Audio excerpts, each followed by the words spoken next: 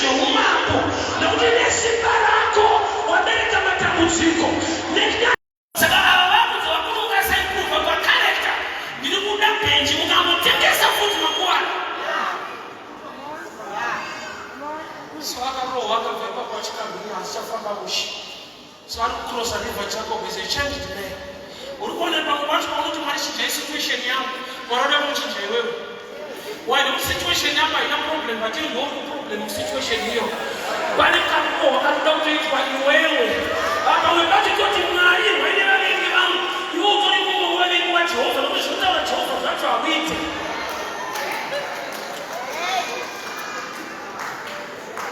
So akabva ipapo asiri kufamba zvavo. Mwari pakinewo haarwe naIsau. Anosota munhu wake kuitira kuti akasangana naIsau ave echange person. Akabva achitadza kufamba achikamira ipapa akomborerwa. Unoziva kuti makomborero ane zvaanoita. Makomborero ane unoada hako yes but ane a price to pay. Zvinhu zvese zvakanaka zviri attached kuti zvinotirwadzei. Munoona kumboita research. Kuva nemhuru kuzvara kunorwadza bvunza madzimai but havasiyi. Unotanga vachinyepa here kuti kuzvara kunorwadza sure but vachipedza kudaro unoona kutopusha imunochireresa here vari kutaiwa the price tag yacho kana ikarwadza sei. This is a blessing. Saka abva ipapo asiri kufamba musha vakamuona hama vana nadzimai vakamudzwira tsitsi. Iye pachake is a man apiwa message yekunzi you are now blessed. Saka nyika ikakuona inokudzwira tsitsi iwo unoziva chokwadi ndechekuti zvandiri kuita zvine ropafadzo yangu. Saka uchiona ukanoudza vekunyika zvamuri kuita kuchechi vanotonge vachakutokudzwira tsitsi kurikubatirirwa muri kukuvadzwa. Vakwachechi kugara muchecheri wakavaka kumusha kune vanhu vabhiwe of good people who are not godly. Kune vanhu vanokudzwira tsitsi uchikamira baba vanotokomborerwa mukukamira imomo nokuti zvinofanirwa kunge zvichikurova hazvichakubata. Chinzwa maizamutified Jacob arwa nekutumwa bva achikamira obva anzi warwa naMwari ukakunda. Iye munhu anenge awina faita hakamhine mwana. Munhu awina faita harwadziwe. Mutumwa arwana naJacob anobva atona Jacob wakunda. Naturally akundwa akuvadzwa. Spiritually akunda. Saka uchiona iwo ugone kuita zvinonzi ngatiitei wozviwa uri kukundwa. But vakura pamweya vanoziva kuti kana watigara muna Jehovha mukutendeka kwake pane chinobatika mangwana. But ukajaja nepfungwa dzenyama uri kukundwa. Saka hauite because naturally ukazvitarisa ingiri kuchikoro ndaivenga ticha inova wozvinogoni mwana mudiki wanozoziva kuti siti kurohwa unokuti kuti havasivaitaona kuti rohwa gambano be disciplined, be serious. Asingaroi ari dangerous. Ari kuti nandorove munhu future ichakugadzirisa yeye. Kana wakufunga zvakaita karohwa komana. Pali paunotemba kurohwa sudai vakakontrol ndakaita serious zvaita musha. Waze pawaisa nokurohwa uri wani kuchikoro ukaregera kurohwa unorovesa mhuri. Mukadzi wedofo vana vedofo unozona kungokwadzisa apana. Dai vana vaitenderwa kubvunza vaiti mugara musiri muri kutirovesa here namambo.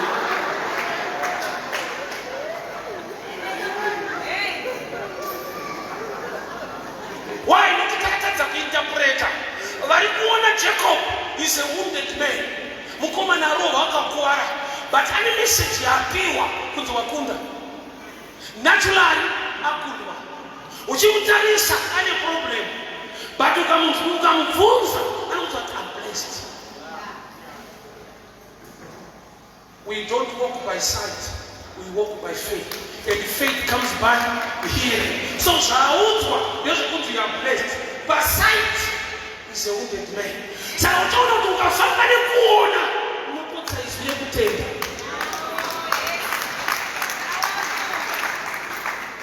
Mwari upa pino waunoda kuti akurwira anenge anorwisa iwewe. anja sekuba dato wakati tu wakabila na wakaenda kuna Solomon unozana Solomon akatora banga ngore bamushuka kutocheka kumuraya but to Solomon banga rasina kutivida mwana aida kutivida mai vasiri kuti vabve mwana why because any message aitarisira kubva kuna mai kana vari chayo akaranga mwana akauraya nofuna pakabatwa banga akangoti ina mambo takafanana tinouraya anzosekuti mambo vakusaiti kwake kuti asara watu akupedziswa futi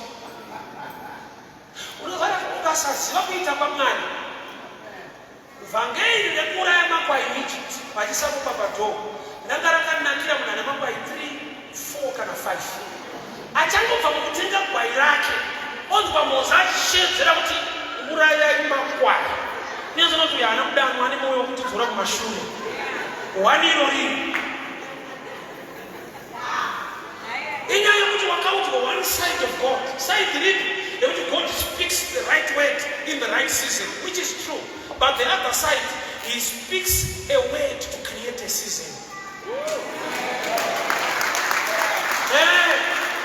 Samotona Genesis 26 balance Isaac usaenda Egypt stay in Gera advise yoyo haina agriculture nokoni pane fema inkwamsuluko uchenda kulinani ndo agriculture chaiyo kune fema inakudyarwa unotiza. People naturally they are trained to look for green pastures, but as a believer you don't look for green pastures. The Lord is my shepherd, he leads me. Brother, nitarise maonereshi ndinomira utari kuti kudi mwayo akanitimira roba sadzawipa ukaenda kulinani akusinani kwauni ukazveneko uchazoona kuti aizve I was told people kuti unoti ndamenda overseas ita research yako musha kana kuenda ku UK kuenda overseas kubva ikoko uchiuya kuno overseas utori kumiri izvozvo akasauzisevi utori overseas izvozvo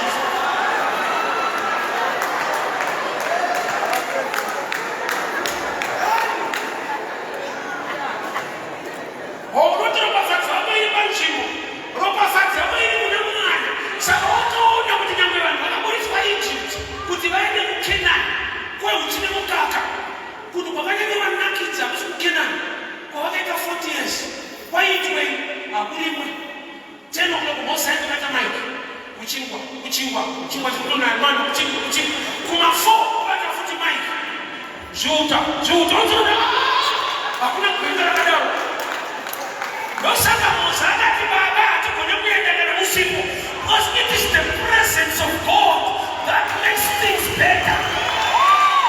Unepo wamwari ndomaita kuti zvinhu zviite nzvimbo haigone kuitira zvefu ukashaiwa maipa nzvimbo sasho vanozva the race is not to the swift not the battle to the strong but time and chance are given to all. Mumwe moto wangu nikuti daindaenda pakati zvaunoshuira izvozvo zviri right but ukaenda into big deeper uchaona kuti ukasaenda namwari hakuite zvakanaka. Kune macases nevanhu vanotokomita suicide vari kumuri kwauda kuenderera kuna anozoona kuti kuna hakusikuita kuita mutofu ukaita research vanhu unozoona kuti kune mabhega futi vanhu vanotopema variko kwauri vakaenda kuti daindaenda kuna anogara ikoko arikoti kunokwakumana ukashaiwa nyasha environment yauri hazviite zvakanaka. Mwari wakapinoka akasangana nemuranda wake Jacob akamusiya kukamina but akamusiya ane zvinhu 2. Physically he was wounded, spiritually he was empowered. A weaker Jacob akarohwa utungu hwake ari kubereka the first king of Israel pakachagwa mambo zvakanzi chakaikumba kwaBenjamin nekuti Benjamin ndo chiuru chakabatwa nedenga pana Israel.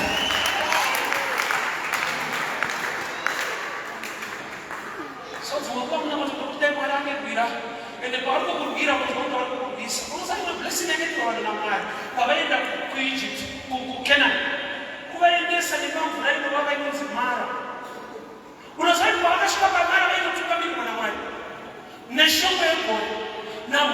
salvana mali akaendesa mumvura inovava sei mwari vachitengesa vanhu pamvura inovava ko zvavasvikaika padi unoisa imwe iri fresh yakanaka.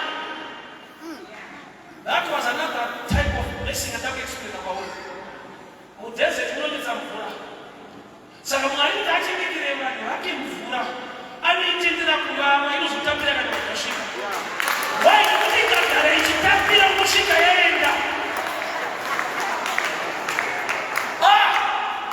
Mwari yakatombobonzera kuti murume wauinai amboita kuti agara asina mari nokuti dai akagara ainayo aitora iwewe aunizwa yokunizwa uyu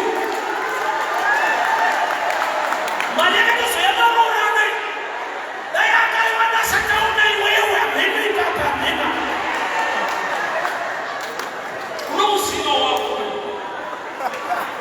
weclass vananokotakananisa mhuri yako kuti tiri pano vanaona chigemu chacho mwari akabvuzviita so Jacob aenda kumama Labhaniko akapiwa mukadzi waanga asikade waasikade wacho ndiabereka mwari vada kubhalansa kuti vafudzi avo nozongoti bati taani mhuri todini mwari ane kamukadzi yamatiri acho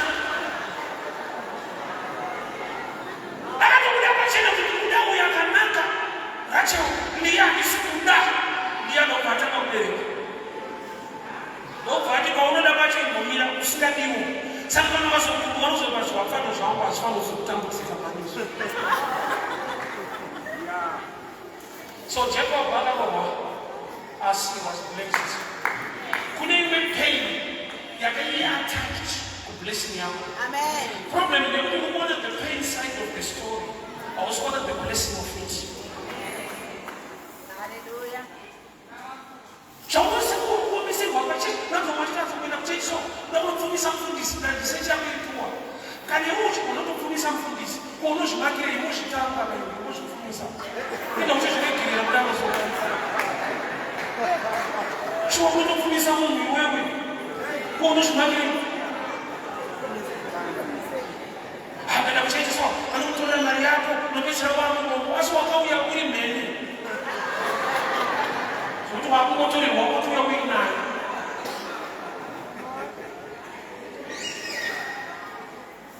Imwe pain ina Jacob haisi pain inomukuvadza vanhu vari kuona vari kujaja zvisizvo but paari ane mashoko audzwa kuti wakunda hama dzangu kukunda muna mwari kuvanhu vekunyika kunenge kukundwa. I remember 2007 ndagara kuwadzana so I started street preaching parenge kuwadzana so I had friends vaiveva ndikati kana wangu kuenda kuzanga vanhu vasingazive kuparenge ndozvanoti vanotobvunza tobaita chakuda kuti kuenda watiwanani ukati mwari mwari nomuziveni usa kune vana mwari wavanoziva zvokukaudzwa tataura neni vanomurambira kozi wavo hataweni munhu wisewisi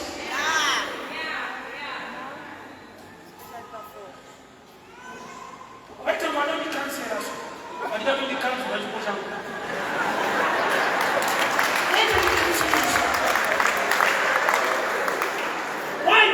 iwo vaionese kunge munhu ashaya zvokuita unozoona inonzi ashaya basa iye mwana akupa basa nyika inokutyira tsitsi iwo chikomborerwa nama saka mwana zvavanira kuda pachena kuti wangu yawatanga uchadya bhaibheri ndishuwa ndikuridya aipamusvito wena iri kudyika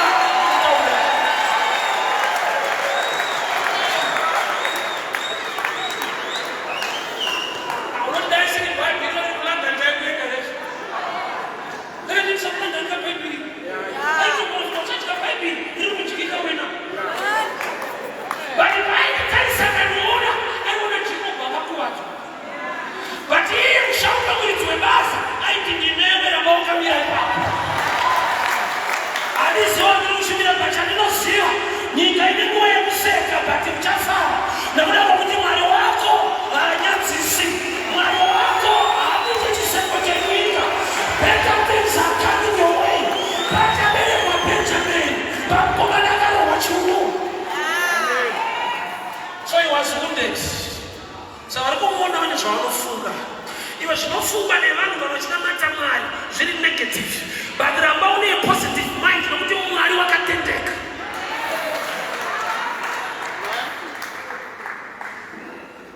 Remember three pana first one day much. So the same guys you are one town foot. No one so you know good people one not good people.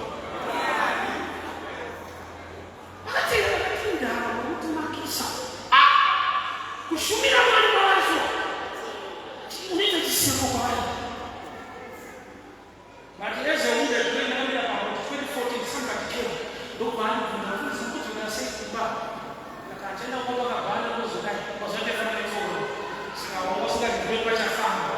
Alikuwa kaanza kwa baba mmoja kwa mbele. Zai wewe na samtao. Ande ipa kasi ya kutengeneza moto. Kwa roho. Wewe committee yetu muone.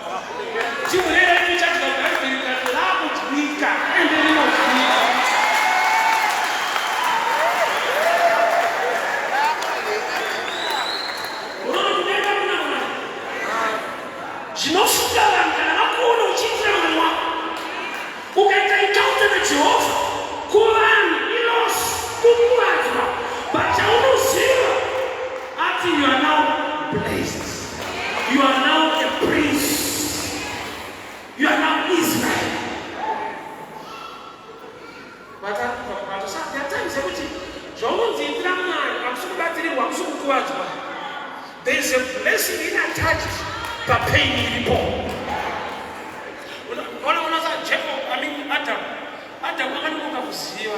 That's why I have been Adam achitopiwa haitopiwa mkazi wake pete msikano mfimba. Mwana akatompa mkazi, angato mkazi wake. But say na ndugu kwa nemana. It was too slow. Akashika papa. Genesis 3:15 mwana wachitama mkazi papa chibeti. Kutidisha wenzera mambo hazo pa kupona. Nobata sababu nto bereko na. I will increase pain in child bearing. No matter tutamsema mbeki na nanga mtumana.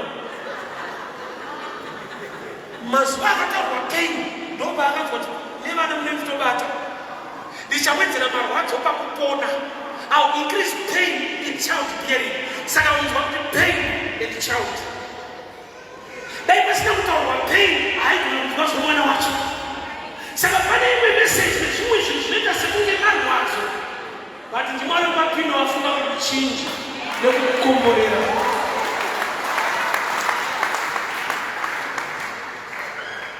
Ajitange sina kitu.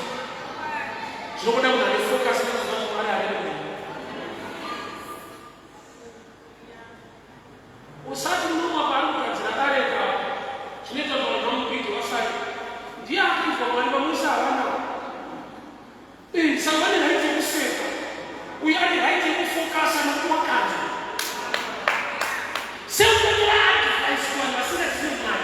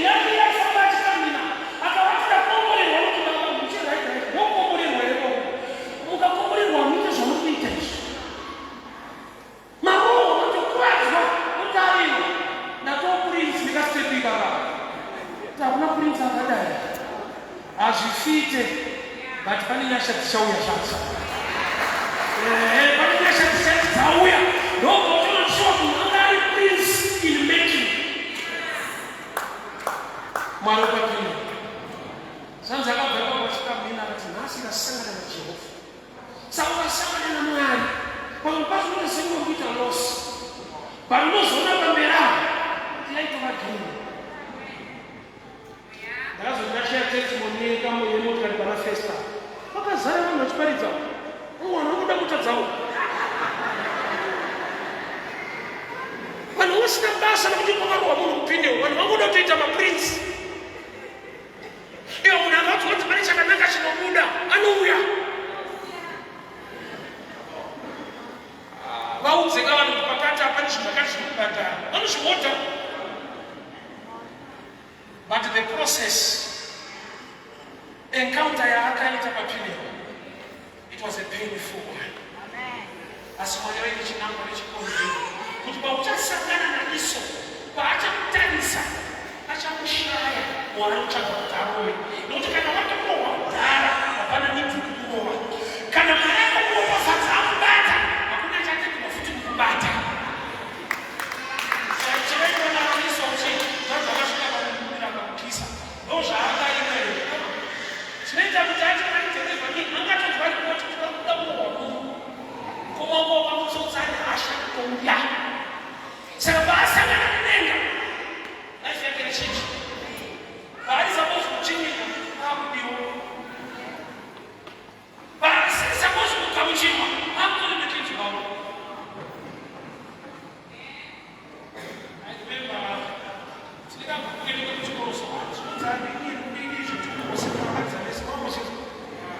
kana ndake rariti akasike ushamaistre ndekuda kufeta kuti waapati ndakadalida zvapa pana muzatiramuzatese ngachite ipati mukati muune muchiongororana kuti asakutakura tetisendaona katoti wamirira kuende kuchikoro kweu but unosaya kuti mwari akashandira upenyu hwako ndionekwa kutoguta kuti isu tikuitira kupi gore ndino waikozi nechikuti wakauripo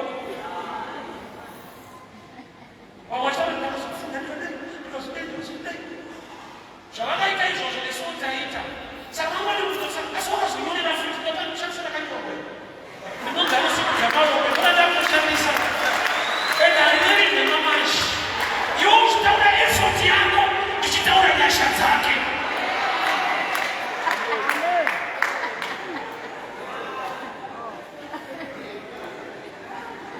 Mwari wajakobho akasangana newe wakamurongera dzimwe nyaya vanokugamuchira tatoadzimini gurupu iroro kuti akutore mauka tatomaadzimini tatiwonoku others ironokoti kusaiza uri others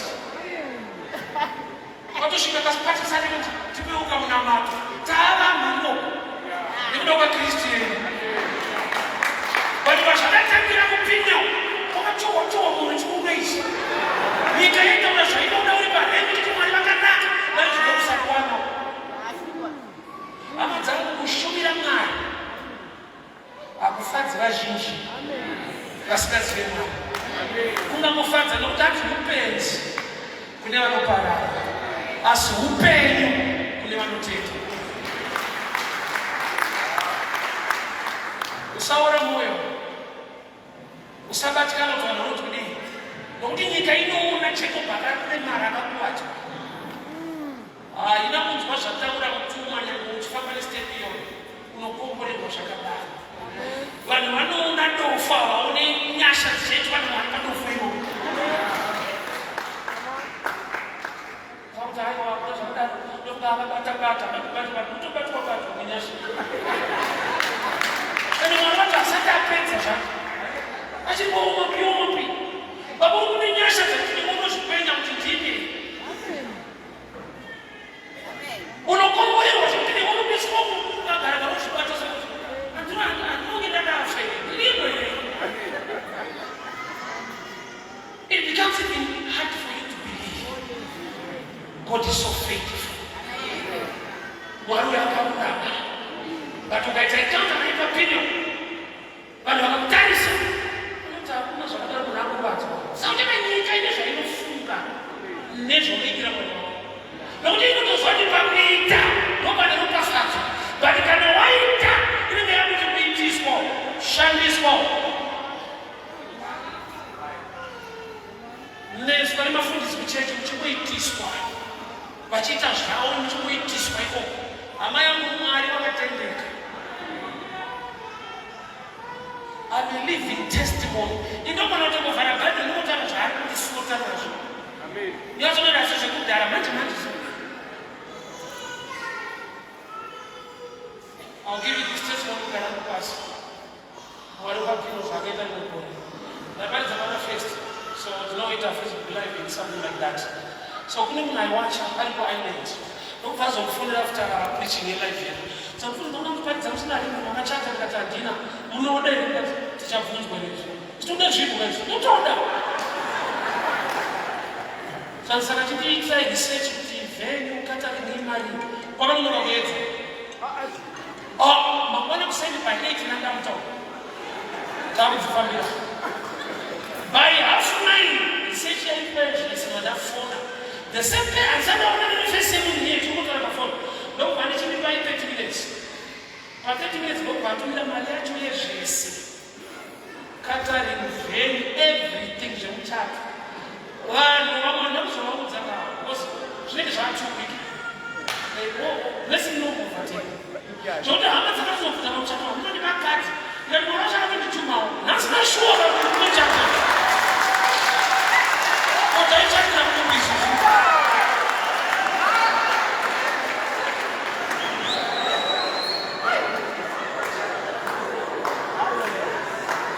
Vakuna vakatona nepapfina undare vanhu vanevhakei.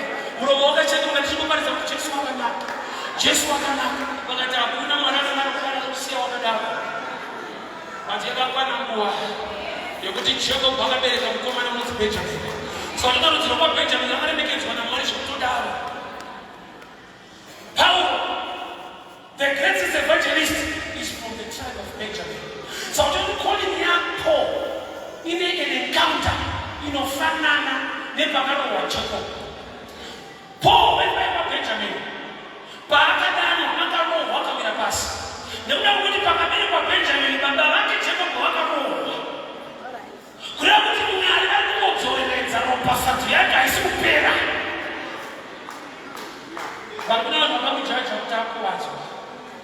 Kuitira Mwari hakunakidze vanhu kunongofadza Mwari. Kuitira Mwari dzimwe nguva ungatarisa kuti vanhu vachakomberera maoko. No. Angatofara ndiye Mwari wacho wakuitira kwete vanhu. Vanhu vane zvavanofunga. Vanogona kutoti ari kuonererwa vanongoshamisira. Unongoswera achiita zvinhu. Gamba uri kuita uchirevesa. Sure, my time is done. The God of Pidgin. Akasangana newe vanhu vanokujaja kuti waitiswa wakuwadza warohwa remata but unotoziva kuti shoko riranzi kudii I'm blessed.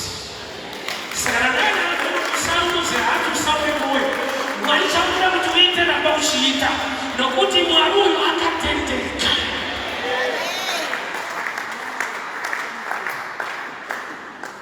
Usake ndinzwa zvakutaura izvi. Vari kuona mafambiro ako. Havasi kuziva kuti dzafambirwa nedenga. Haunongosiva uchikamina wasiva une message kuti you're now a prince. Umambo hwako kuremekedzwa kwapa uyu. Amen. Nzvimbo kana ndiri kuUK kutaiparidza. Vamwe vanenge vane matitles nekuda kufunda nekudikwa vainawo achiti akasunga munhu ainzi professor, engineer, wozonzi Nyengamero. Ini kumashure mangu hakuna chinhu dzangu varipo. Ende ndiripo zvishoma. Ende ndichingova zvokufa engineer wacho ndini. Vamwe vane matitles avo. Zvitarinozi ari kubvangera ari. Ende ndini nditoripo pakati pavo. Nyasha dzinoita. Vakapuwa kupini waufunge. Vakakuwadzwa munhu. Ufunge vanhu vepamba patainoti sokwadzana. Vakadzwa kuti unodyana rubaridza pareka. Vakaramba ndogara munhu wavo. Saka ndikareke kuseri. Saka ndinoenda kuti shuwa. Ukaona vanhu vakukuda so zvinoita kuti ndiyo zvavo. Vanhu vanodaida kana.